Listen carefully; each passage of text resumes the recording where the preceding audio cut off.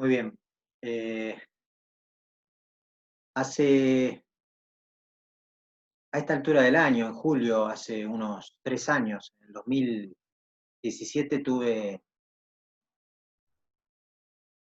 la oportunidad de estar con una persona muy allegada, tanto a Marisela como a mí, amigos de la familia, donde un hombre mayor le diagnostican una enfermedad terminal.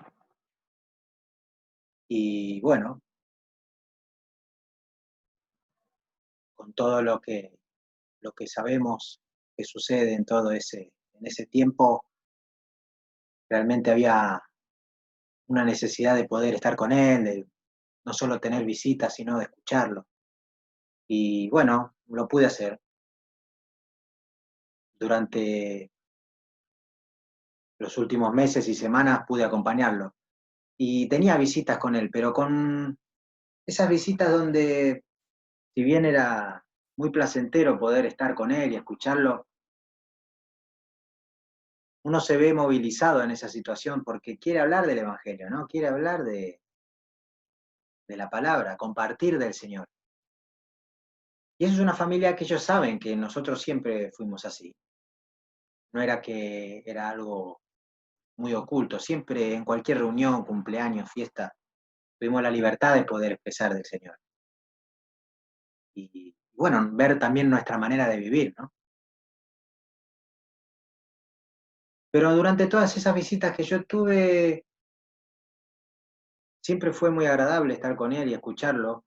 Fue más prestar el oído. Mm, parecía que era más el estar que el acompañar y escucharlo en lo que decía, ¿no?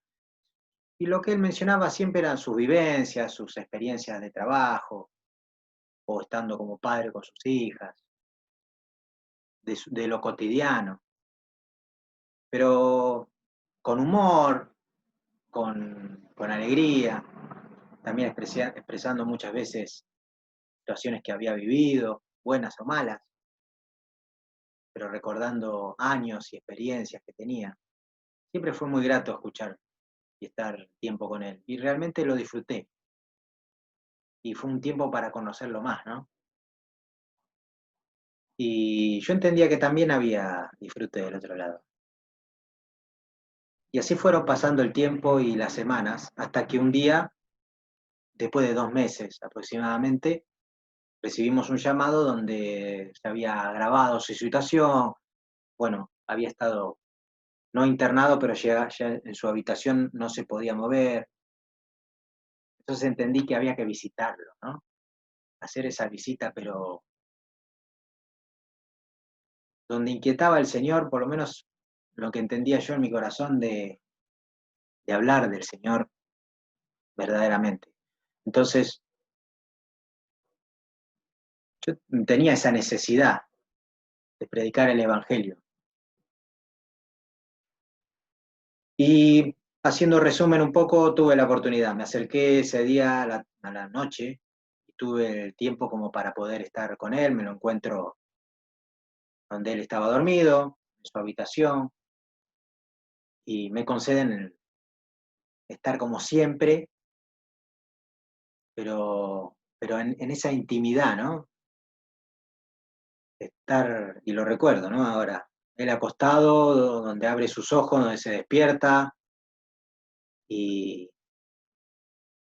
y poder tener un tiempo de una charla seria, sin palabrerío. Pero les voy a expresar lo que me pasó. Me comencé a hacer un montón de preguntas y puede ser un poco gracioso, ¿no? Pero me empecé a preguntar y digo, ¿y ahora qué hago? ¿Por dónde empiezo? ¿Qué tengo que decir? Yo tenía temor de no decir cualquier cosa, ¿no? De no venir con, bueno, eh, presentar un Cristo que de acá va a salir todo bien, que vamos, ánimo, fuerza. Yo entiendo que el Señor lo puede hacer, Pero yo quería hablar del Evangelio con el peso que tiene. Y miraba para arriba, miraba para abajo. Y les voy a pedir que si habría un botón en su cabeza para poder detener esta imagen que yo les presento, ponga pausa y vamos a ir a la palabra para ver, para ver y después yo explicarle todo lo que escuché de parte del Señor y lo que escuché en ese tiempo, con respuestas que me hacía esta persona también. Vamos a ir a la palabra en Lucas 17, versículo 1. Mientras usted lo está buscando, nos ponemos un poco en escena en todo esto. Jesucristo venía de hablar con la multitud, con los fariseos, porque los fariseos se burlaban de él, ¿no? Hablaban con respecto al poder de lo terrenal, y el Señor les explicaba que eso no era garantía de vida eterna, ¿no? Entonces viene con la parábola, le explica a través de la parábola de Lázaro y el rico. Pero después ya no se dirige más a la multitud y habla con, con los discípulos. Y les dice, dijo Jesús a sus discípulos, imposible es que no vengan tropiezos. Con estas palabras yo creo que se cae por completo y se acaba el Evangelio de la prosperidad. Los carteles del pare de sufrir no tienen ningún tipo de sustento con lo que el Señor acaba de decir. Imposible es que no vengan tropiezos. Creo que en otra versión de la NTV, imposible que no aparezcan tentaciones, algo así, dice. Dice, más hay de aquel por quien vienen. Mejor le fuera que le se atase al cuello una piedra de molino y se le arrojase al mar que hacer tropezar a uno de estos pequeñitos. Y luego dice, mirad por vosotros mismos, si tu hermano pecare contra ti, repréndele. Y si se arrepiente, perdónale. Y si 7 veces al día pecare contra ti, y 7 veces al día volviere a ti diciendo, me arrepiento, perdónale. Cuando el Señor muchas veces en la palabra vemos que menciona algo y después lo afirma repitiéndolo, es porque realmente es importante. Pero no solamente en este caso pasa eso, sino que el Señor les enseña lo importante del perdón y de las veces que hay que hacerlo. No solamente de saber interpretar, discernir en el Señor lo que es el arrepentimiento, ¿no? Porque da como la pauta de ese don del Señor, de que la persona cuando se encuentra en ese estado, tiene que haber un arrepentimiento genuino, ¿no? Que sea movido en el corazón para poder reconocer su falta. Y dice cómo y de qué manera. Pero después el Señor lo acentúa, porque muy posiblemente, si lo marca, es porque decimos, yo ya te perdoné con esto, ¿eh? Otra vez venimos con esto. En la otra versión que hay, no lo vamos a buscar, pero en Mateo 18, de 21 a 22, dice que hay que perdonar 70 veces 7. El Señor, Dios es creador, Jesucristo es Dios. Y como todo creador, yo creo que Jesucristo era excelente, el mejor matemático que puede haber existido en el universo. Y explicaba con números de una manera muy clara. Y es exagerada, pero para que no quede en duda. 70 veces 7 no es que hagamos una cuenta rápida de 7 por 70, ¿no? No, no tenemos que hacer 490 veces el perdón, sino escribir 70 veces 7. Espero no equivocarme, pero ese número sería un heptillonésima vez. Es un ejemplo claro de poder decir todas las veces que sean necesarias lo vas a tener que hacer. Y es un mandato del Señor. No solo practicar el perdón, que es tan beneficioso para esa persona que realmente lo pide, sino para la otra parte también. No hay calculadora que alcance a poner tanto 7, ¿no? Yo creo que es muy claro el Señor cuando siempre quiere explicar algo, que nos quede claro las veces que tenemos que hacer. Y ante esto, la respuesta de los discípulos. Seguimos leyendo en el versículo 5, dice, dijeron los apóstoles al Señor, aumentanos la fe. Es decir, semejante pedido y semejante orden, con los problemas que van a venir, con las tentaciones, con el perdón que tengo que ejercer como acto de obediencia, aumentanos la fe, Señor. Lo necesitamos. Danos más fe. Añádenos, dice otra versión, o en la traducción original. Pero no se refería a esa fe que salva, ¿eh? Porque entendamos bien, en Efesios 2:8, no lo busque, yo se lo voy a leer, dice, Dios los salvó por su gracia cuando creyeron. Ustedes no tienen ningún mérito en eso, es un regalo de Dios. No hay mérito en la fe, es un regalo, es algo que nosotros no hemos hecho nada para tener, y Él nos dio la fe. ¿Por qué ese pedido de aumentarnos la fe? ¿Por qué ese pedido, esa necesidad que buscaban ellos? Ellos creían que esa fe tenía que crecer por las obras.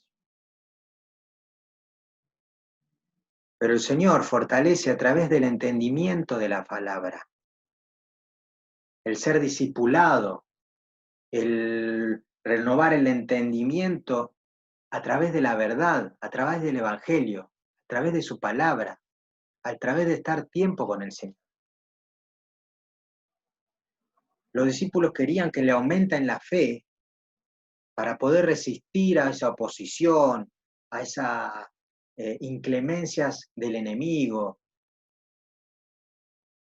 todo consecuencia de caminar con Dios. Necesitábamos más fe,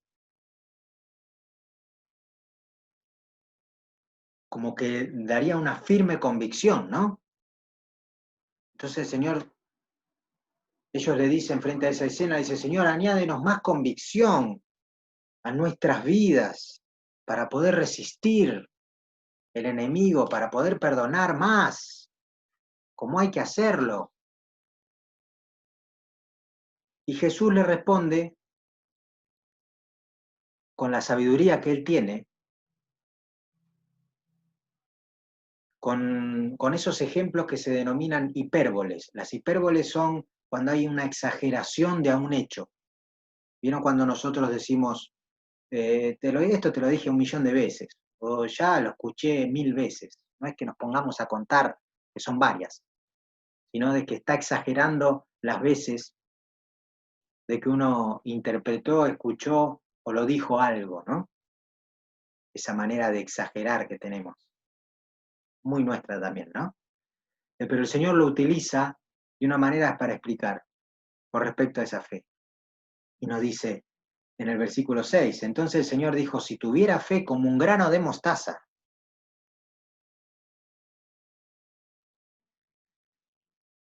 podráis decir a este sicómoro, desarragaite y plántate en el mar, y os obedecería. Un árbol que tiene un fruto, no sé si es un manzano o algo en especial, que se salga de su lugar y se plante en el medio del mar. No dudo que el Señor lo pueda hacer, pero lo que nos estaba diciendo con el grano de mostaza y con ese acto del árbol es que no es el tamaño de la fe, no es la medida de fe en newton, en centímetro cúbico, en kilos, en litros. No sé si hay una unidad de medida, pero no es el tamaño de tu fe, sino la fortaleza que tiene la fe. Por medio de esa confianza en Dios. Por medio de eso podemos hacer lo que hay que hacer. Los discípulos recibirían la fuerza de esa fe. Pero el Señor aclara algo muy importante, muy importante. Que esa fe no es para que uno se muestre frente al adversario, ¿no? Yo vengo acá a hacer milagros porque yo tengo más fe. El Señor, con toda esa explicación de los tiempos difíciles que van a haber, de las tentaciones, del poder del perdón, hablaba del arrepentimiento, era la antesala para explicar lo que había que explicar.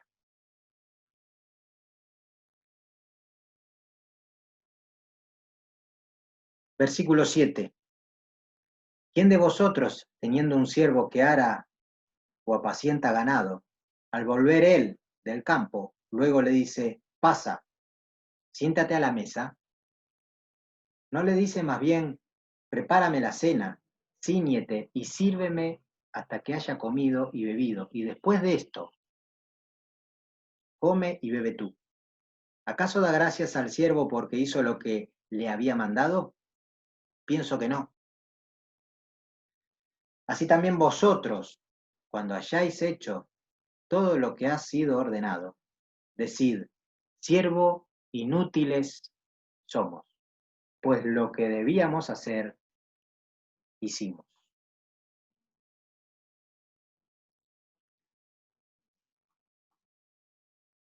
Eh, Vamos a volver a esa escena que yo les comenté al principio. ¿Recuerdan? Yo me encontraba con esta persona, yo entendía que tenía que dar un mensaje,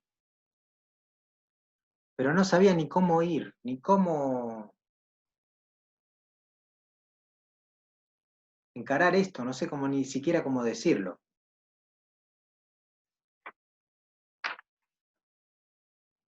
Y yo comienzo explicándole de que nosotros nos movemos en nuestro día a día y más que nada llevándolo a todas sus experiencias que él me había compartido. ¿A dónde estaba el Señor en todo eso? Realmente no lo hemos tenido en cuenta.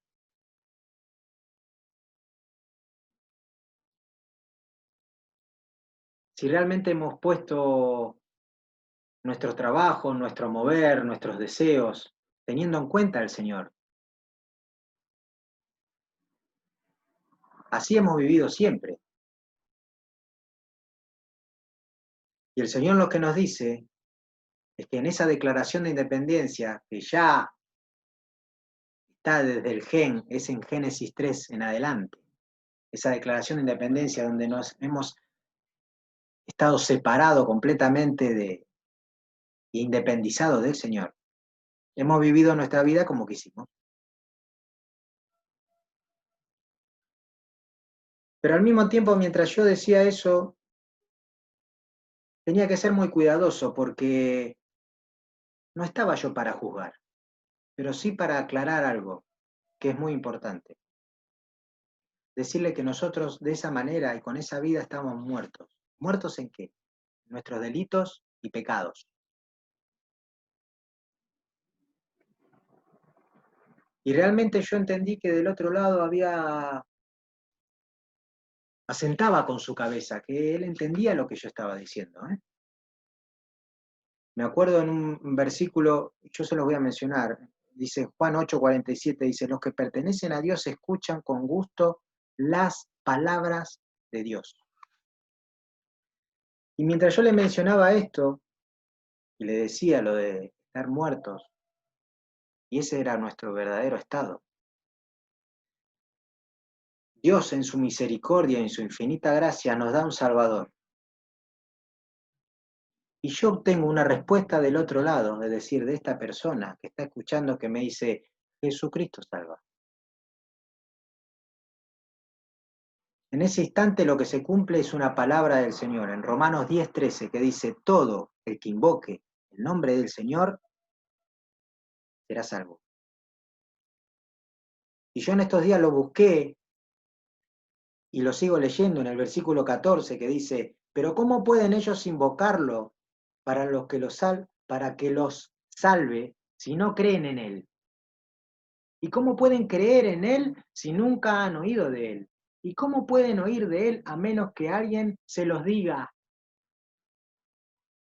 ¿Y cómo irá alguien a contarles sin ser enviado?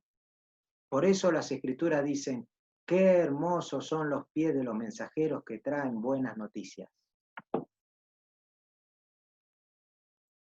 Mira, en ese instante se resolvió todas las preguntas que yo me iba a hacer. En esos segundos, porque duró segundos, se resolvieron un montón de dilemas que el hombre siempre trae cuando piensa que hace algo. Yo en ese instante lo que hice fue mirar al cielo y decirle gracias, Señor. ¿Y sabe qué respuesta obtuve? Esta persona me sigue hablando un poco más, me cuenta visiones que tenía con respecto a la muerte, que entendía que lo iba a buscar, pero también con una palabra para la iglesia, porque él me dice, ustedes entienden muy bien lo que pasa con todas estas cosas. Y yo entendí que hablaba de la iglesia con ustedes, es que nosotros no vamos a hablar un montón de palabreríos de que, bueno, fuerza, ánimo, ya vas a salir bien, ya te vas a poner fuerte. Directamente al grano, palabra y mensaje de salvación, ponernos en nuestro estado, cómo hemos vivido, presentando el Evangelio de esa manera. Y movernos, hermanos, confiando en el Señor y en esa obra que es totalmente milagrosa, de que alguien confiese que Jesucristo es el Señor y es el que salva.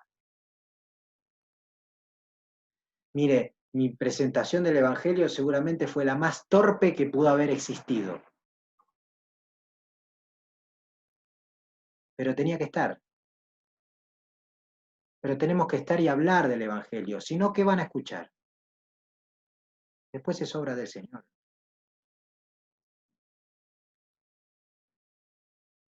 Y gracias que es así. Después de haber estado y después de haber escuchado todo eso que me compartía, de que da palabra para la iglesia, yo miro al Señor y escucho y me viene a mí esto, lo que acabo de compartirle leyéndole la palabra. Siervo inútil. Inútil.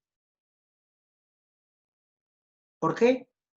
Porque dice ni más ni menos que lo que había que hacer.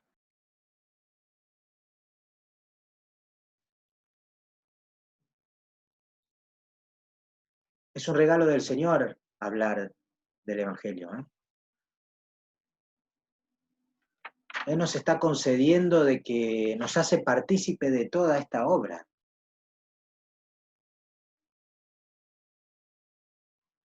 Y en esta antesala, en esa explicación donde el Señor los lleva a los discípulos, le dice imposible que vengan tropiezos, le habla del perdón, ellos le piden más fe y Él les explica, ustedes ya tienen esa fe, no se trata de cantidad.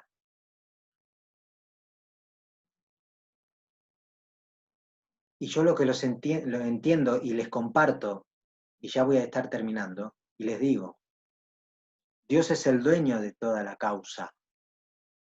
Dios es el planificador de esa obra redentora. Él me envió a ese redentor. Él envió a su Hijo. Él es el que hace toda esta cirugía fina.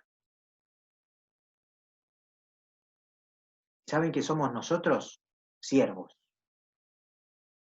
Y cuando hayamos hecho todo lo que había que hacer, Cuando hayamos hecho todo lo que hay que hacer, de predicar el Evangelio, de confiar en ese poder del Señor, de perdonar lo que hay que perdonar, de ser sabio, de tener esa búsqueda continua, de ser movidos en misericordia de la que hemos recibido y tener esa misma misericordia con otros. Cuando hayamos hecho todo eso, es muy difícil, pero cuando hayamos alcanzado, aunque sea algunas cosas, no nos pongamos en el pedestal, pero ni un segundo, porque siervos inútiles somos. Qué locura, ¿no? Cualquiera que nos puede llegar a estar escuchando, ¿no? Esto apunta a ser siervo inútil.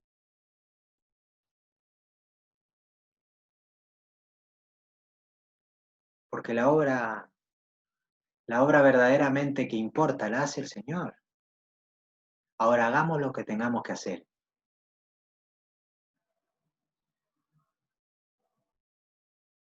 Yo creo que lo que el Señor permitió que yo pueda vivenciar en ese momento, tal vez fue para esto, ¿eh? Fue un regalo para mí y darme cuenta, no solo lo torpe de palabras que puedo hacer y lo inútil que soy en ese momento, haciéndome preguntas, sino de que Él resolvió todo delante mío en segundos,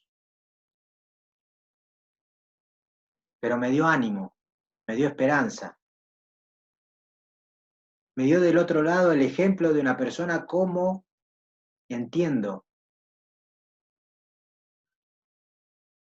recibe del Señor, recibe salvación y da palabra en un instante. ¿Siempre será así? Mire, no sé, pero esa vez quiso que sea así y tuve el privilegio de poder escucharlo, verlo, compartirlo. Y más que nada, no solo a su familia, sino a la iglesia, a la congregación, a los que están escuchando ahora en el otro lado.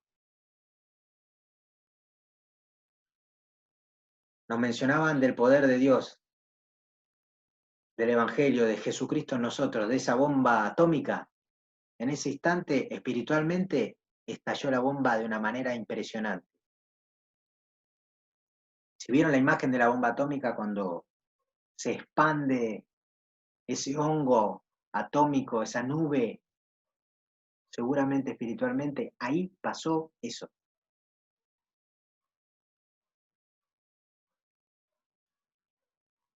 Esto es para animarnos, para alentarnos y para que aprendamos del mejor ejemplo de servicio que hemos tenido en esta tierra, que fue Jesucristo. Que podamos volver a servir a los que lo están haciendo y a los que no, darnos cuenta de que hay que servir a su manera, de que confiemos en el Señor. Ella nos dio fe, nos ha dado hombres con mucho temor del Señor que nos vienen a traer su palabra. Ahora apuntemos a ser esos siervos inútiles, que es ni más ni menos que hacer lo que tenemos que hacer. Hermanos, que el Señor los bendiga a todos.